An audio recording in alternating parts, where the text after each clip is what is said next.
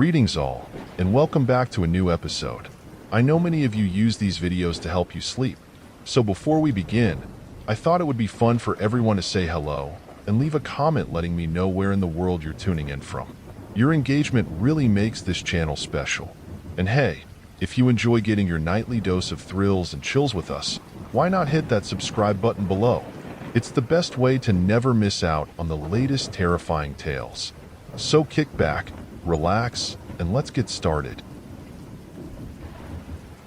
The GPS lady's voice, cheery and robotic, promised my Icelandic escape was just 200 meters straight ahead. But the road, barely a path carved through the black lava rock, was like driving on the moon's surface. Headlights barely penetrated the inky blackness that surrounded me. I should have known better than to book an Airbnb this remote.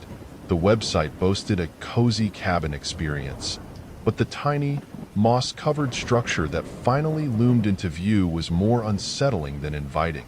A single, dim bulb flickered above the crooked wooden sign that read Geirfugl, Icelandic for great auk, an extinct bird. Perfect. The silence was suffocating, broken only by the relentless wind howling across the desolate landscape. Lugging my suitcase up the uneven steps, I fumbled for the lockbox the host mentioned. My fingers brushed against a cold, metallic object, a rusty birdcage, dangling from a nail hammered into the doorframe. Inside, a single white feather fluttered in the wind. Unlocking the creaky door, I was greeted by a musty smell that clung to the worn furniture and threadbare rug. A single flickering candle cast dancing shadows on the log walls. There was no electricity, just a collection of kerosene lamps scattered around the room. Exhausted from the long flight and unnerved by the place, I decided to explore in the morning. The only other room was a tiny bedroom with a single bed and a window overlooking the vast emptiness. On the bedside table, a leather-bound book lay open, filled with detailed sketches of extinct birds, the great auk featuring prominently. Sleep wouldn't come. The wind howled like a banshee, and every creak of the old cabin sent shivers down my spine. Just before dawn, I swear I heard a tapping at the window. Disoriented, I fumbled for a lighter to ignite one of the lamps. The tapping stopped. The morning revealed an even bleaker picture. The landscape stretched on forever, a graveyard of black rock and volcanic ash. There was no sign of life, not even a stray bird or a scrap of vegetation. My phone, useless without a signal, mocked me from my pocket. Panic gnawed at me. This wasn't remote. It was isolation on a whole new level. The only sign of the outside world was a single, rutted track leading back the way I came. The thought of driving for hours on that desolate path sent a fresh wave of terror through me. Back in the cabin, the open book on the bedside table caught my eye. This time, a single sentence was scrawled across the page in a language I didn't recognize. Geirindi Fuglin Flagger after the lost bird returns. The day stretched on like an eternity. I rationed the meager food supplies the host had left, the silence punctuated only by the wind's mournful cry. Just as dusk began to settle, casting long, skeletal shadows across the room, the tapping at the window returned. This time, I was ready. Grabbing a heavy iron poker from the fireplace, I crept towards the window. Taking a deep breath, I threw open the curtains. A pale, gaunt face stared back at me. Its eyes, black and bottomless, seemed to pierce right through me. The figure was cloaked in a tattered black robe, its bony fingers drumming against the glass. A primal scream ripped from my throat. The figure recoiled for a moment, then a chilling smile spread across its face. It spoke in a voice that was a rasping whisper, a language I somehow understood. "Welcome back, little lost one." The rusty birdcage by the door swung back and forth, the white feathers swirling in a sudden gust of wind. Terror choked me, the cabin walls closing in. I knew then, with a chilling certainty, that this wasn't just an Airbnb. It was a prison, and I was trapped with whatever lurked in the desolate wasteland beyond the window. The blood drained from my face. My mind raced, replaying the cryptic phrase in the book. The lost bird returns. Was I the lost bird? The figure outside, its skeletal frame and unsettling smile, sent shivers down my spine. The rusty birdcage, the single white feather, a horrible realization dawned on me. I stumbled back from the window, the iron poker clattering to the floor. The laughter of the figure was a grotesque, hollow sound that echoed through the desolate landscape. Panic clawed at my throat, constricting my airways. There was no escape.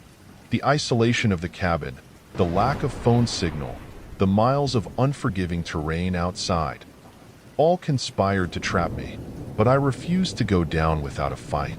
Adrenaline surged through my veins, replacing fear with a desperate resolve. I scrambled to the fireplace, searching for anything that could be used as a weapon. My hands grasped a heavy iron poker, its cold metal a grounding force in the face of the mounting terror. Suddenly, a loud crash from the front door shattered the fragile silence. The figure outside vanished, its chilling laughter replaced by an unsettling silence. My heart hammered against my ribs as I inched towards the hallway, the iron poker clutched tightly in my hand. The front door hung open, ripped off its hinges as if by brute force.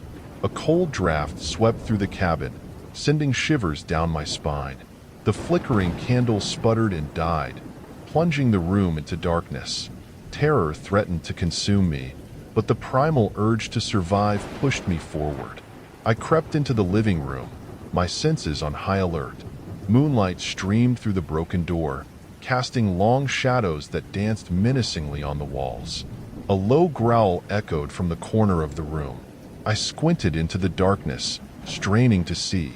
Two glowing red eyes emerged from the shadows, followed by a hulking silhouette that resembled a monstrous bird more than anything human. Its beak, sharp and cruel, clacked open and shut, emitting a guttural hiss. My breath caught in my throat. This grotesque creature, this embodiment of the extinct great auk, was the reason for the empty birdcage, the unsettling imagery in the book, and it was here for me. With a primal scream, I charged. The iron poker swung through the air, connecting with a sickening thud on the creature's bony wing. It screeched in fury, momentarily stunned. I used that precious window of opportunity to scramble towards the back door, the only escape route I could see. The creature recovered quickly, its monstrous form hot on my heels. I fumbled with the rusted lock, the sound of its ragged breathing fueling my terror.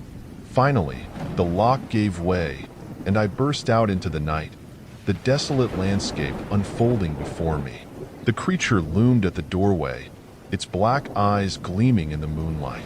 But even facing this monstrosity, the vast emptiness outside seemed a preferable option to the horrors that awaited me inside the cabin. I sprinted into the night, the uneven, rocky terrain tearing at my clothes and scraping my skin.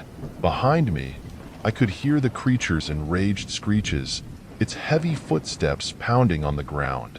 My lungs burned, my muscles screamed in protest, but I pushed myself further, fueled by sheer terror. Dawn painted the sky in streaks of orange and pink as I stumbled, collapsing onto the harsh, unforgiving ground. Exhaustion overwhelmed me, threatening to pull me into a sleep I might never wake from. But the thought of the creature spurred me back to consciousness. I forced myself to sit up, scanning the desolate landscape. In the distance, a faint plume of smoke rose from the horizon. Hope surged through me. Civilization.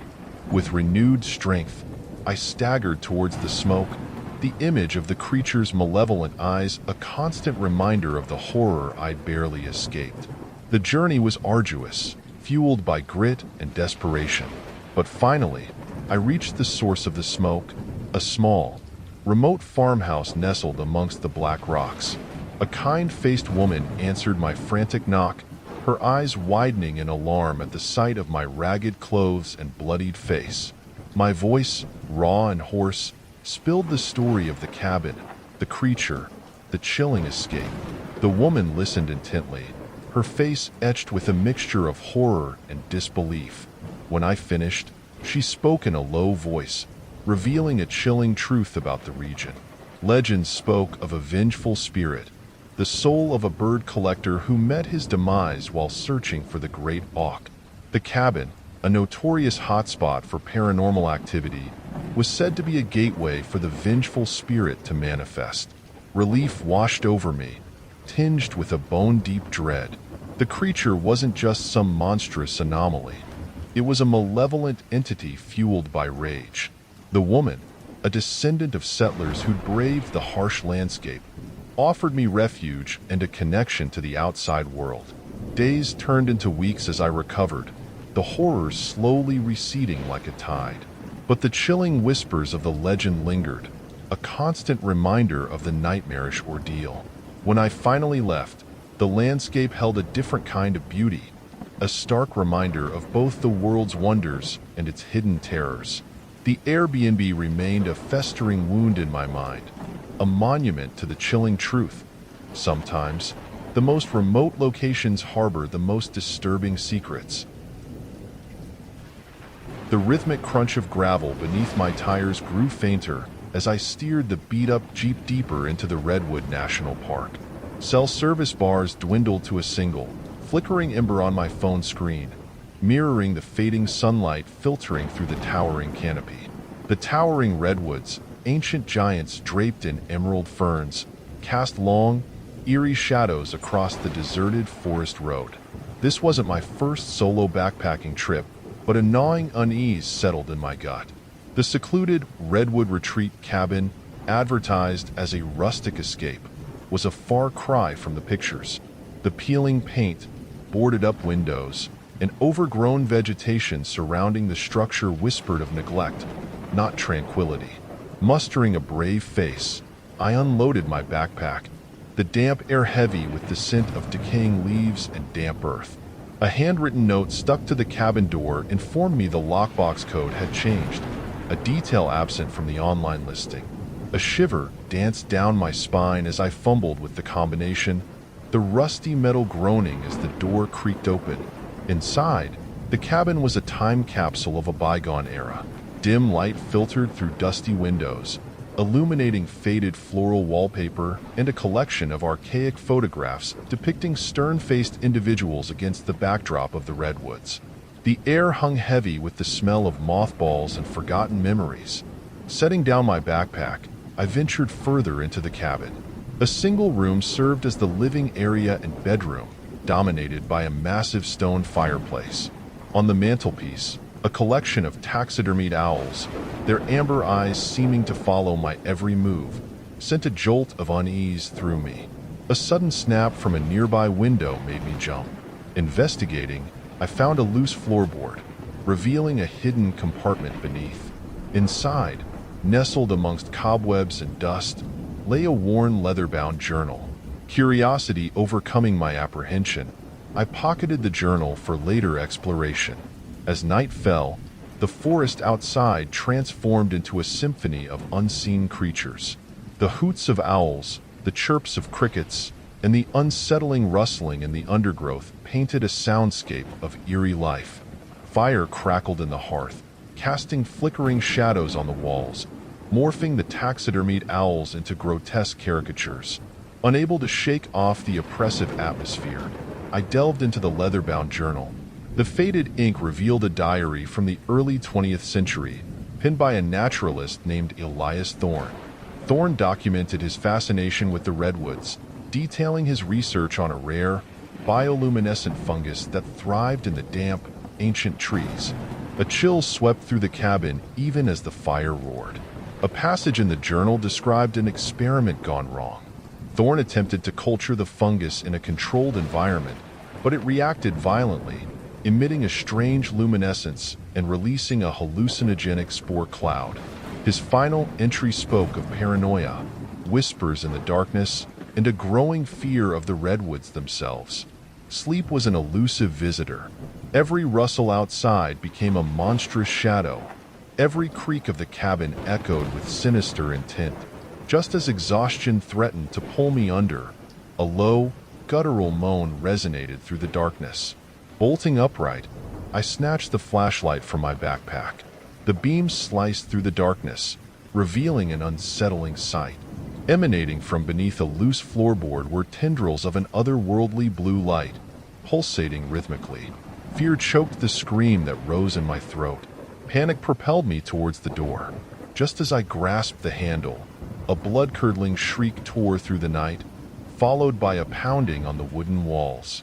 The luminescence beneath the floorboard intensified, casting grotesque, shifting shadows on the walls.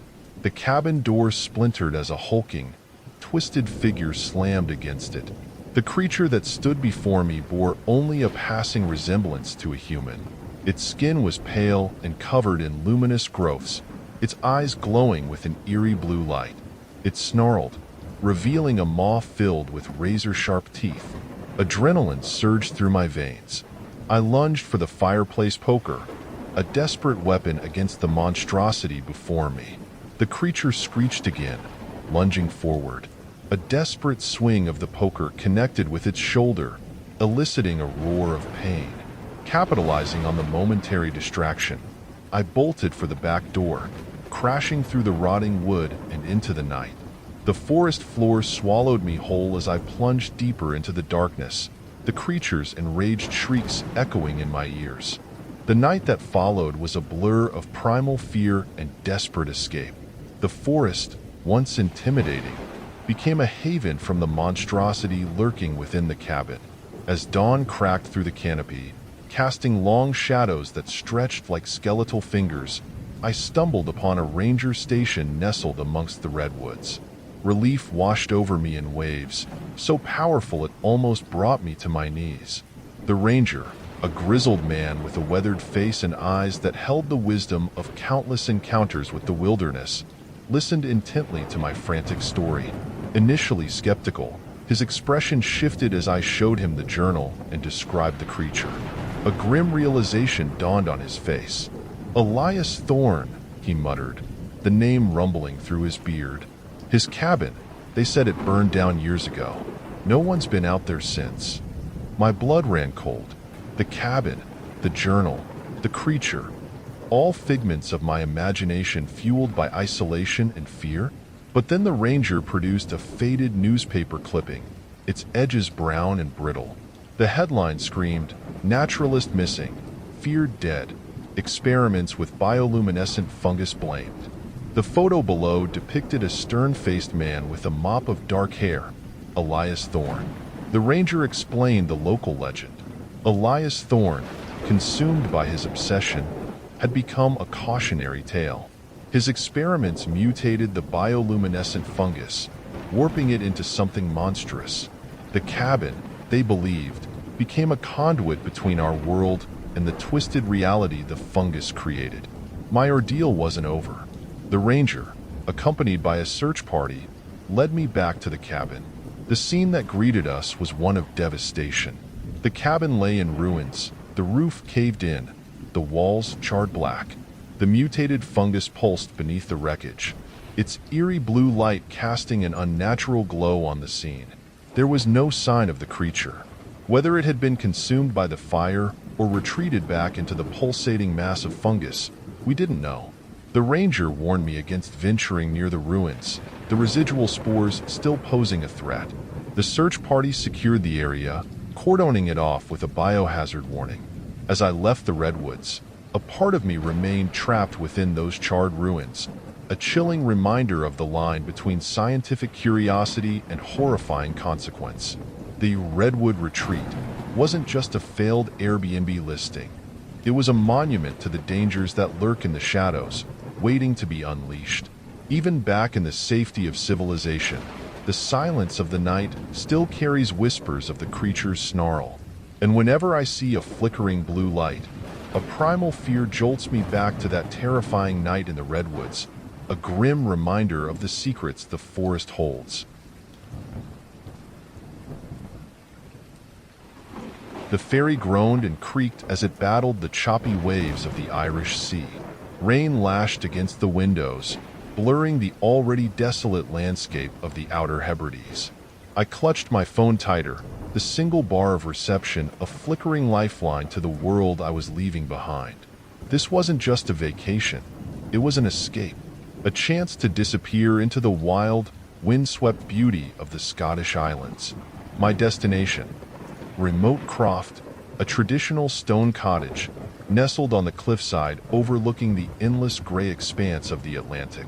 The listing boasted breathtaking views and unparalleled solitude. What it didn't mention was the suffocating sense of isolation that would greet me upon arrival. The taxi driver, a weathered man with eyes that mirrored the stormy sky, dropped me off at the end of a single-lane track that snaked its way towards the cliffs. He cast me a wary look before retreating back into the storm, leaving me standing alone, the wind whipping my hair into a frenzy. The Croft appeared a short distance away, a squat structure built from dark, weather-beaten stone. No smoke curled from its chimney, and the windows were like vacant eyes staring out to sea. A shiver ran down my spine despite the heavy wool coat I wore. Unlocking the creaking wooden door, I stepped inside. The air inside was thick with dust and the unmistakable scent of damp earth and seaweed. The single room served as a living area and bedroom, sparsely furnished with a worn sofa, a sturdy wooden table and chairs, and a large fireplace that dominated the far wall. A wave of disappointment washed over me. The online photos had promised rustic charm. The reality was bleak and unwelcoming. But there was no turning back. With a sigh, I unpacked the meager supplies I'd brought and set about making the place feel somewhat habitable. As the sun dipped below the horizon, casting long shadows across the room, a low moaning sound drifted in from outside. It wasn't the wind. It was a sound that resonated deeper, a sound that sent shivers down my spine. I strained to hear, but the sound vanished as quickly as it appeared. Nightfall turned the Croft into an unsettling labyrinth of shadows. Every creak of the old structure, every gust of wind howling through the chimney, fueled my growing unease. Sleep was a distant dream, replaced by a persistent sense of being watched. The next morning, the storm had abated, leaving behind a sky the color of polished pewter. Emboldened by the daylight, I ventured outside. The view was indeed breathtaking, a panorama of crashing waves and rugged cliffs stretching as far as the eye could see. But the beauty was marred by a gnawing sense of desolation. A faint path led down the cliff face towards a secluded cove. Curiosity overcoming my apprehension, I began the descent. The path was treacherous, loose stones shifting beneath my feet, the wind threatening to pull me off course. Finally, I reached the bottom, a small, rocky beach nestled between towering cliffs. There, half buried in the sand, lay a weathered wooden chest. Salty barnacles clung to its surface, a testament to years spent battling the elements. With a mix of trepidation and excitement, I pried it open. Inside, nestled in a bed of faded velvet, lay a collection of ornately carved wooden figurines. They depicted creatures unlike anything I'd ever seen. Humanoids with elongated limbs and bulbous heads, their faces twisted in expressions of eternal anguish. A wave of nausea washed over me, the figurines radiating an unsettling aura of despair. Panic surged through me as I realized these weren't just carvings. They were imbued with a malevolent energy, whispers of a dark history clinging to their weathered surfaces. Suddenly, the moans that had haunted the Croft the night before made sense. The figures weren't just creepy trinkets. They were a conduit, a connection to something far more sinister. As I scrambled back up the cliff path, the storm clouds gathered once again. The sea churned, the wind howling like a banshee. A sense of impending doom settled over me. Back at the Croft, I barred the door with whatever furniture I could find. The carved figures lying on the table, their accusing eyes seeming to follow my every move. The storm reached its peak, the wind a constant, deafening roar. Then, a thunderous crash echoed through the Croft. The ceiling beams splintered, giving way under the weight of a fallen tree branch. Rain poured in, drenching the room as the carved figures tumbled to the floor.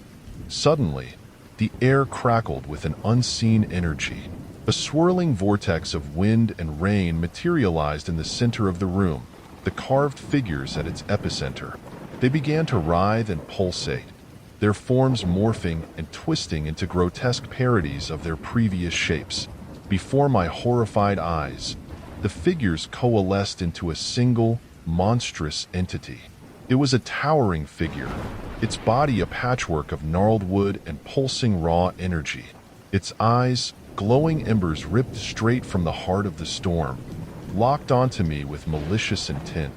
Its voice, a cacophony of wind and crashing waves, filled the room, a guttural language beyond human comprehension.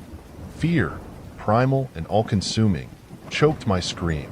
I stumbled back, knocking over the table, sending the last embers from the dying fire scattering across the floor. A spark ignited a stray piece of driftwood lying by the hearth. Desperate, I snatched it up, the burning wood searing the palm of my hand. As the monstrous entity lunged, I swung the burning driftwood wildly. A surprised shriek ripped through the air as the flames made contact with its writhing form. The creature recoiled, its ethereal body flickering and smoking. Emboldened by this unexpected effect, I grabbed another burning piece of wood from the hearth, using them like makeshift torches.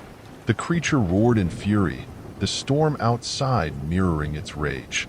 But with each swipe of the burning wood, its form seemed to weaken, its glowing eyes flickering with fading intensity. The vortex of energy holding it together began to destabilize. Finally, with a deafening scream that tore through the night, the entity disintegrated into a shower of embers and splintered wood.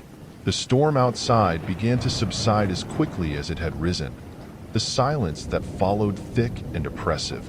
Exhausted and shaking, I collapsed onto the soaked floor, the smoldering torches falling from my grasp. The carved figures lay broken and inert, their malevolent energy extinguished.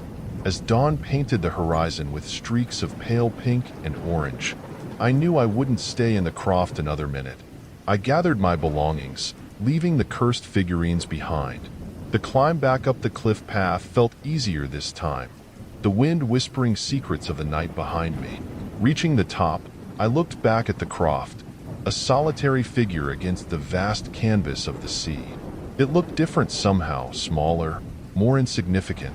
The taxi driver, the same man who had dropped me off days ago, raised an eyebrow in surprise at my unexpected return. His questions about my early departure went unanswered. The horror of the storm, the monstrous entity, the cursed figures, these were secrets I would carry with me, a chilling reminder of the darkness that can lurk in the most remote corners of the world. This wasn't just a failed Airbnb experience. It was a brush with a force beyond human comprehension. The solitude I'd craved had transformed into a terrifying isolation, haunted by the echoes of a nightmare I couldn't outrun. There would be no refund, no apology, no way to erase the terrifying truth. Sometimes, the most disturbing rentals aren't just bad locations, they are portals to a darkness best left undisturbed.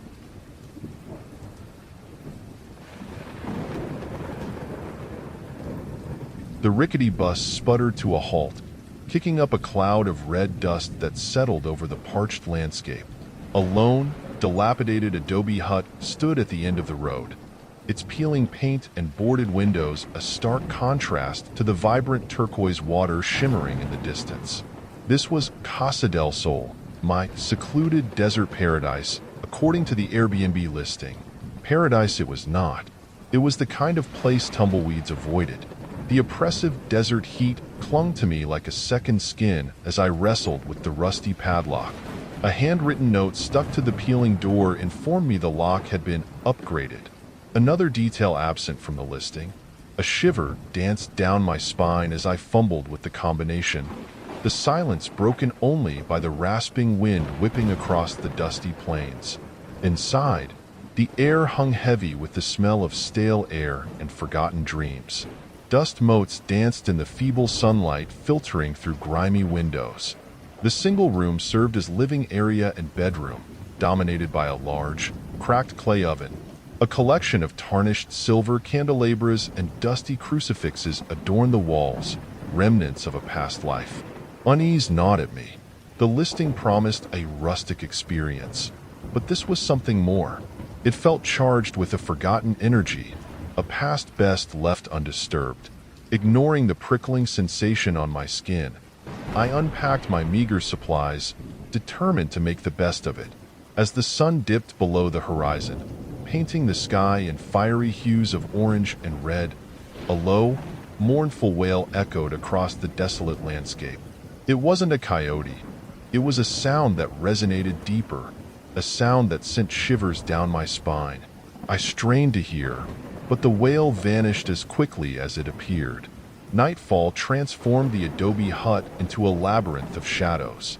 Every creak of the ancient structure, every gust of wind whistling through the cracks in the walls, fueled my growing unease.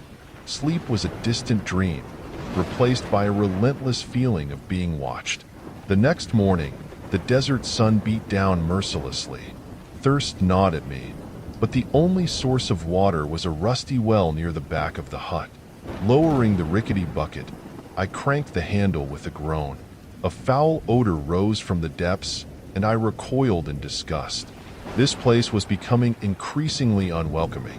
Desperate for distraction, I ventured deeper into the desert.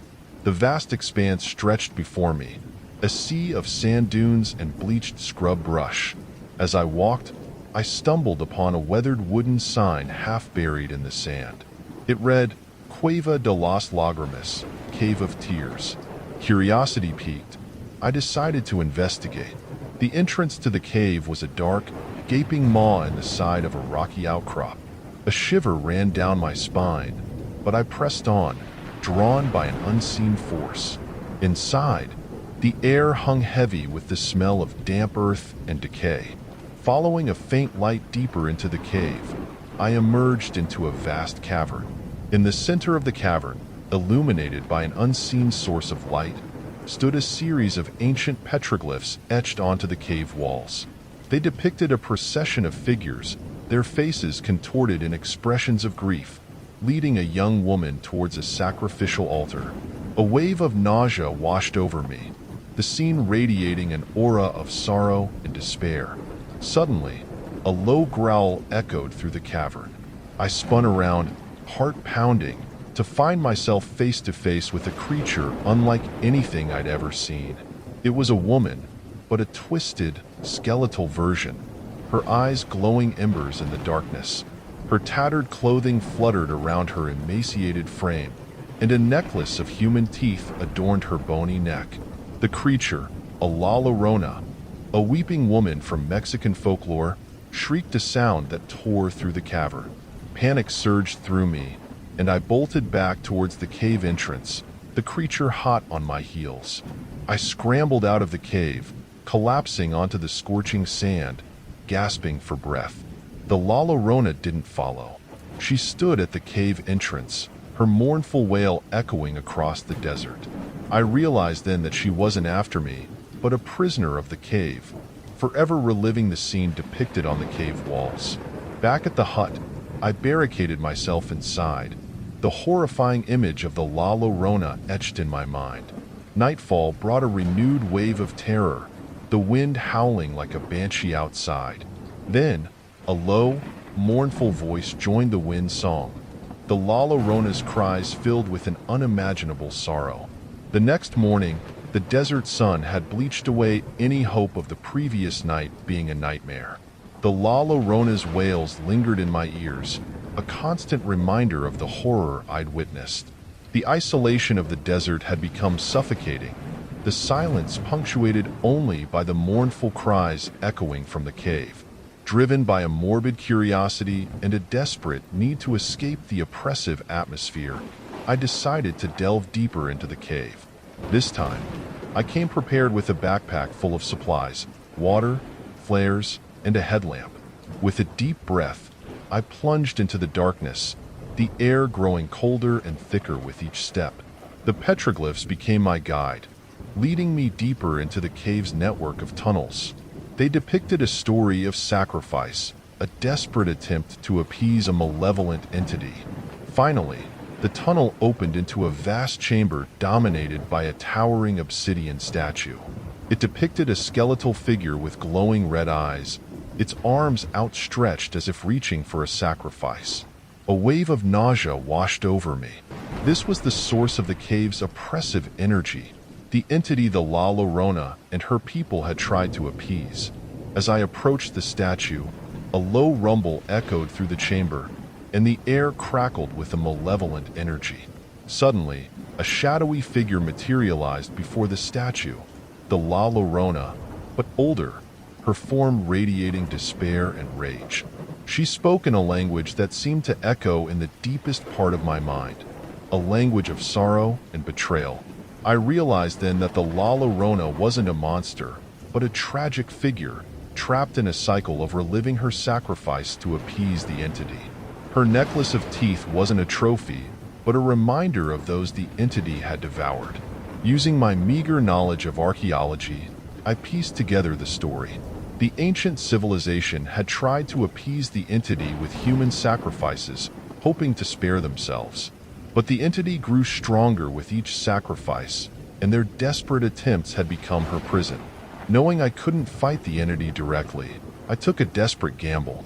I retrieved a small metal figurine I carried as a lucky charm, a symbol of hope and resilience.